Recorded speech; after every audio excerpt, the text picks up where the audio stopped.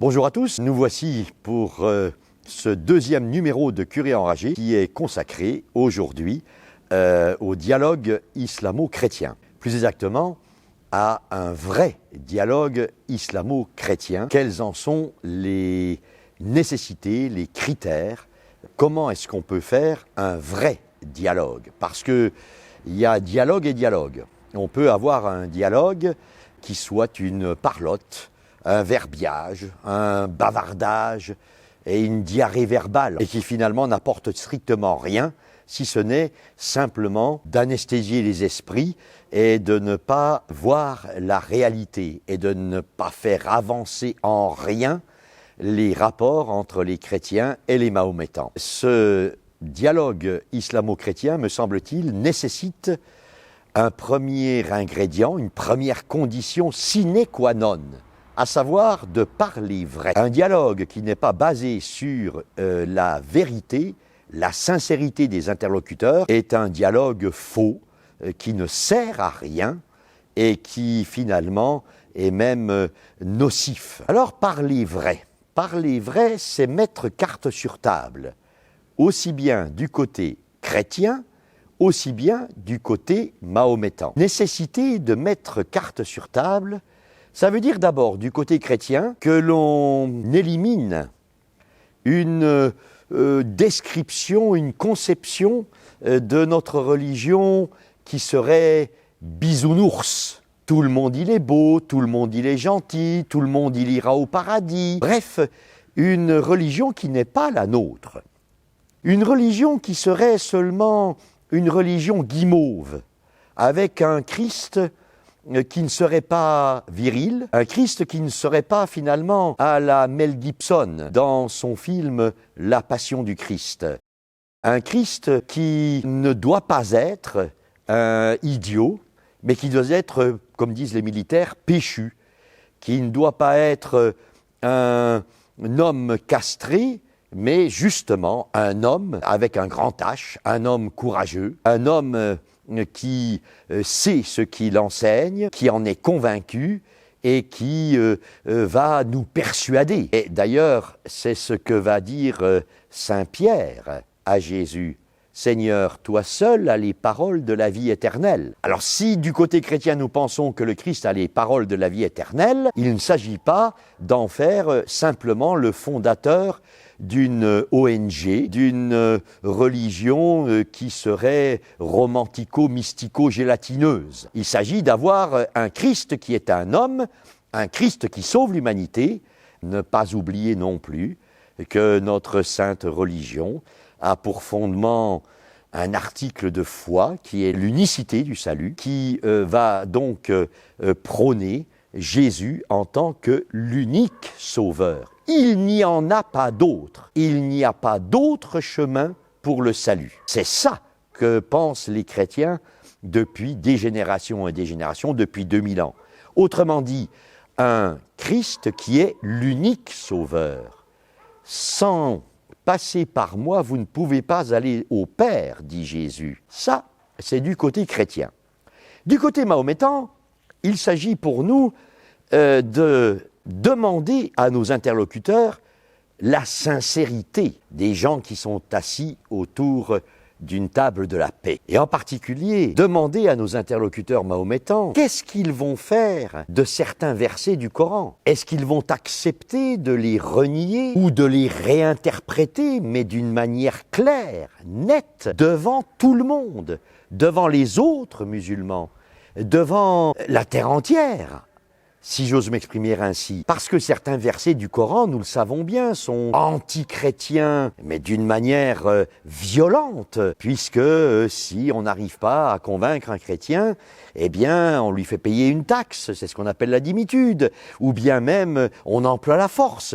Est-ce que ce genre de versets du Coran, nos amis mahométans vont clairement nous dire qu'en France, ils abandonnent cela? Mais à ce moment-là, comment vont-ils faire puisque le Coran est écrit par Dieu lui-même? Dans un certain sens, ce serait un abandon d'une des paroles divines. Et puis, du côté de de nos amis musulmans, il y a le problème de la taqiyya. La taqiyya, nous le savons bien, c'est une pratique autorisée qui consiste à dissimuler, à cacher, à voiler, à omettre un certain nombre d'éléments de la foi musulmane parce que le musulman serait dans un état de besoin de se protéger, dans un état de minorité qui ferait que sa vie serait en danger. Alors dans ce cas-là, on a le droit de pouvoir omettre, pouvoir dissimuler, pouvoir cacher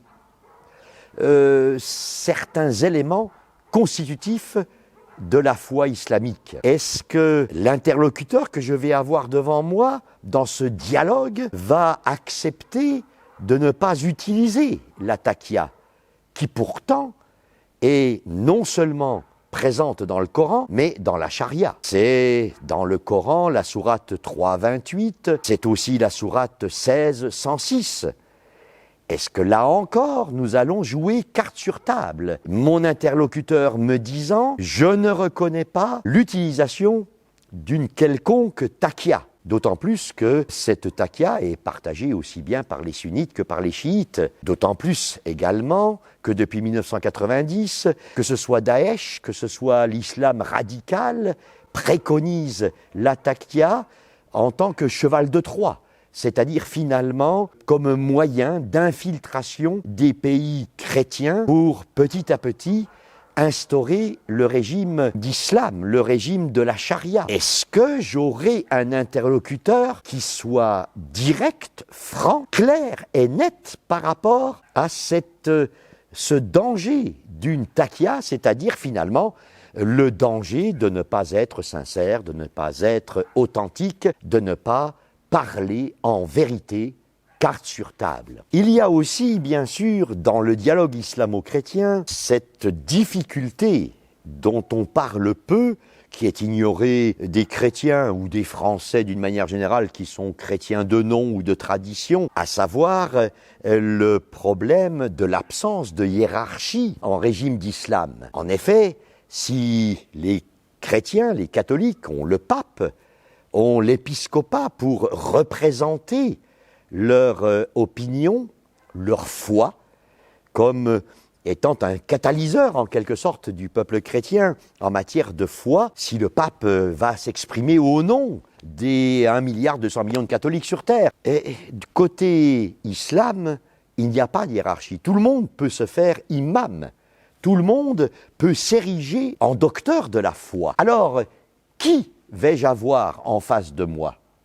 Je vais avoir affaire à un chiite, à un sunnite, à un musulman radical, à moitié radical, pas radical du tout, à un musulman à la française, c'est-à-dire dégénéré, un peu comme le sont beaucoup de catholiques en France, dégénérés, acceptant n'importe quoi par n'importe qui, n'importe comment, c'est-à-dire finalement n'ayant plus du tout une cohérence entre son agir et sa foi. N'y a-t-il pas le danger que du côté islam en France, il y ait aussi des mahométans qui finalement sont de mauvais mahométans et qui finalement, là encore, à force de ne pas pratiquer, à force de ne pas respecter le Coran, nous présentent une religion qui n'est pas l'authentique religion musulmane, l'authentique religion de l'islam, écrite de la main de Dieu dans le Coran et diffusée, promulguée, divulguée par Mahomet. Là encore, grosse difficulté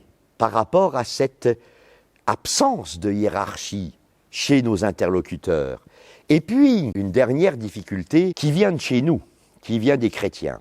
À savoir que comme ça fait 2000 ans qu'on est chrétien, et qu'on est pétri, qu'on le veuille ou non, depuis Sartre jusqu'à Sade, en passant par Rousseau ou par Kant, on est pétri de civilisation chrétienne, alors on a tendance à plaquer nos idées et à finalement interpréter les paroles de l'autre au prisme du christianisme, avec le filtre de la foi chrétienne. Et je veux dire par là, on va prêter aux musulmans, et particulièrement de France, on va prêter notre manière de voir les choses. Et depuis 2000 ans, le Christ nous a enseigné la séparation d'Église et d'État. rendez à César ce qui est à César et à Dieu ce qui est à Dieu. La laïcité vraie, elle est un élément fondamental de l'enseignement de Jésus. Elle n'est pas du tout inventée par la République, elle n'est absolument pas inventée ni par mai 68, ni par juillet 89. Bien entendu, la laïcité, au sens noble du terme, elle est enseignement complet, authentique de Jésus-Christ. Mais alors, dans ce cas-là, quand on entend un mahométan nous dire « Ah bien, voilà, nous vous proposons un islam à la française », qu'est-ce que ça veut dire? Alors, chez les chrétiens ou même les chrétiens dégénérés de notre époque, ça veut dire, eh bien, voilà, les mahométans reconnaissent qu'il y a une séparation entre l'Église et l'État, qu'il y a une neutralité de l'État, que finalement l'islam peut se soumettre aux lois de la République. Mais tout ça, c'est du mensonge total. C'est aberrant que l'on puisse penser ça, parce que dans l'essence même du Coran, religion, État, pouvoir politique, pouvoir religieux, histoire et manière d'agir sont absolument confondus.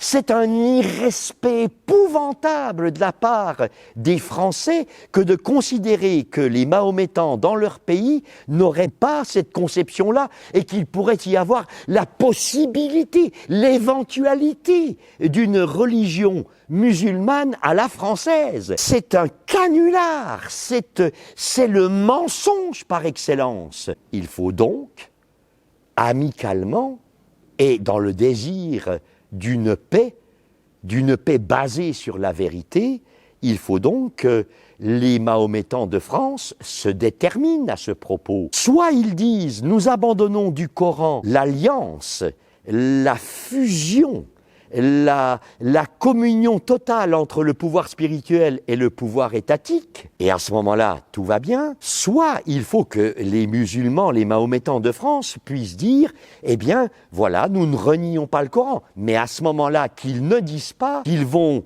accepter de se soumettre aux lois de la République. Plus exactement, à la loi même du Christ, qui rappelle qu'il faut rendre à César ce qui est à César et à Dieu ce qui est à Dieu. Parce qu'enfin, là est le véritable fondement de la séparation de l'Église et de l'État et de la laïcité en France. Autrement dit, attention, ne plaquons pas notre civilisation chrétienne sur le raisonnement des autres. Respectons les autres pour ce qu'ils pensent, pour ce qu'ils croient, pour ce qu'ils sont. Et arrêtons de fantasmer sur un islam à la française qui serait très peu probable. Le dialogue islamo-chrétien, si l'on veut qu'il soit constructif, et si l'on veut que petit à petit, il apporte une vraie paix, il faut qu'il soit basé sur la vérité des uns et des autres. La vérité chrétienne pour les chrétiens, la vérité de l'islam pour les Mahométans.